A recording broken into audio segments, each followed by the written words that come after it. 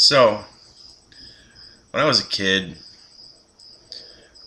when you're a kid, you have sleepovers with your friends, or you put a tent up in the backyard. Occasionally, you go camping. Maybe you sit around a campfire. One of our favorite pastimes when we were doing this, besides talking about which girls we'd like to make out with and who we have a crush on, and all sorts of stuff like music or whatever. One of our favorite topics, because it's always a fun late night topic. It's almost like telling a ghost story. Is talking about scary, fucked up dreams you had. So welcome to a new feature where I will do just that.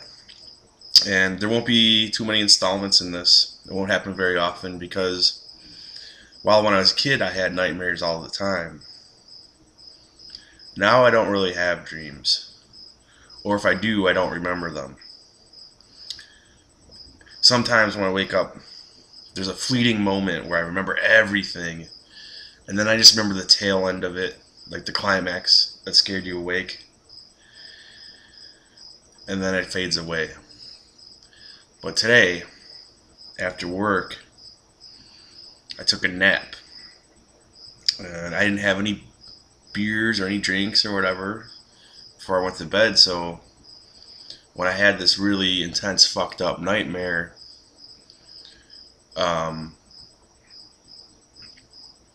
I remembered it. I remembered all of it. While it doesn't make complete 100% sense, no dream ever really does. This one is surprisingly coherent. So it's not a complete bore. So it starts off, and I'm in my apartment, but it's not this apartment. It's my buddy Joe's basement where we used to hang out at when we were teenagers, which is actually literally like 2 blocks that way. We used to hang out in his basement, but that was my apartment in the dream. And a whole shitload of people start showing up. Like there's a party starting. I'm like, what the fuck is going on? And I'm trying to kick people out and keep them in the yard because I don't want them fucking up my place. I don't want them waking my neighbors. Well, there was probably no stopping waking the neighbors, right? But I wanted to at least keep them out of my place because they were in there for a couple minutes already trashing stuff. I remember someone fucked up one of my doors. So I'm kicking everybody out. And then my sister shows up. She's like, hey, we got kicked out of my place. So the party's moving over. We moved the party over here. So I guess she was partying at her place. They got kicked out. They decided to come to my apartment. I get kind of pissed off at this. I go look in my fridge. I'm like running low on beer. People probably stole some or whatever, but I decide I need beer. So I don't say anything to anybody. I'm like, I'm just leaving. I'm going to pretend I wasn't here. People broke into my place. Like, I was that pissed off about it. So I start walking towards a liquor store. And I think I find one, but I walk in, it's actually a bar. And instead of walking just right back out the entrance I came in, I decided to walk through the bar towards the exit, towards the back, for whatever reason. And on the way, someone throws a fucking beer at me. It hits me in the leg. Or it hits me in the back and it splashes beer all over my leg and stuff. And I turn around and go kick this person's ass. When I turn around, I see it's like a 6'5" black guy, drunk off his ass. I was like, well, you ain't gonna kick his ass. Like, I think I walked up to him and I pushed him. But he was so drunk he didn't really know what was going on. And then I turned to the bartender. I'm like, miss, like, this guy assaulted me. She walks him down to the far end of the bar.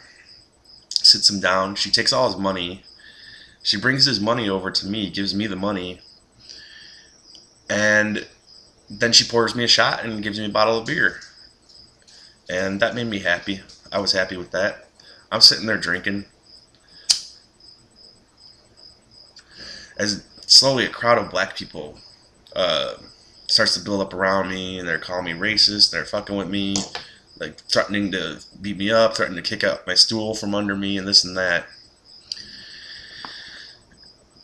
And so I finish up my drinks quickly, and I get out of there, except now is when it starts to get weird and go into more of a nightmare territory. Although it wasn't quite fun up until then, I'll tell you that. So I get outside. and everything's all changed around different. Like the whole landscape has changed. I don't recognize anything. And I'm like, where the fuck am I? I'm like, I was like, I don't know this area I'm in. I don't know where to go. All I know is that in front of me there's a town I don't recognize, and behind me is the bar, and behind the bar is the woods. So I'm like, maybe I went through the woods to get to the bar. So I'm gonna walk through the woods. And I start walking through the woods, and I start to see a party. I start to hear noise, and there's a party. I walk up, and there's like this chain link fence, and there's a party going on behind it. I'm like, oh, is that my apartment? Maybe that's where it was. I slowly approach the fence, and I got my arms out, and I'm like going to look, and my left arm gets stuck with barbed wire. There's barbed wire on the fence. Except this is nasty barbed wire. In this insane, twisted fucking dream world, the barbs come off the wire, and they actually stick into your arm like fucking porcupine needles. So I got hundreds of these fucking metal needles stuck real deep going down my arm. And I walk out of the woods, and by this point I'm hysterical. I'm like freaking out to the point where I'm crying in the dream. I tried to call my sister up because I had meant to text her earlier in the dream and told her to protect my place while I'm gone. Don't let anyone in. But now I just call her. I want to call her because I'm freaked the fuck out. There's too many fucked up things happening, and I just want to get home. I don't know where I'm at. And I go to call her, and all I get is screeching static. And then, so I really do start freaking out now. I'm crying, I'm running. I'm in front of a big movie theater, and there's a cop out front. He's working security for the theater. And he's fat, and he's graying and balding. He kind of looks like the jump to the conclusions guy from Office Space. I run up to him, officer, I'm lost. Can you please help me? I just need to get home. And he's like, you know what? Let me see if I can point you and get your bearings back and point you in the right direction. He's like, come on, follow me. And I'm walking after him. My arm is bloody as shit, and I'm pulling these needles out. It looks like fucking someone ran a stapler up and down my arm. Just I'm pulling out, but I pull them out. They're like long needles like that. They're stuck way deep in my arm. So I'm not totally really paying attention. He leads me around a side street and into like a dark alley, and then I'm fucking with my arm the whole time. I'm like, officer, where are we going? And he turns and he looks back at me, and he's got like this devilish grin on his face. He's like, you sure you have to go home tonight? Sure you don't want to go back home in the morning? And I'm like, oh fuck, this guy wants to rape me. So I'm like, no. I'm like, I have to go. I'm going now. And I turn around and start walking away. And the officer says, that's okay. He's like, I'll just find someone else that will. He goes, that's what I usually do. Just wait for someone to say yes. And I ignore him. I keep walking back down the dark alley. And coming the other way, going the other way, like towards me, there's a real frail, thin mom and a little daughter. Like so frail, thin that they're almost like fucking characters in a Tim Burton animated movie or something. As they're walking by me, I notice the little daughter. She's all dirty and she has no shoes on her feet. I'm like, whoa, and I'm like looking after them as they walk past me. And then as I turn and look behind me, they're gone. But that fat cop is running, and he's closing in on me. And he's about to get me. And I wake up screaming, and it's 8:37 p.m. on July 31st, 2012. And that's my first Campfire Dream Diary #1.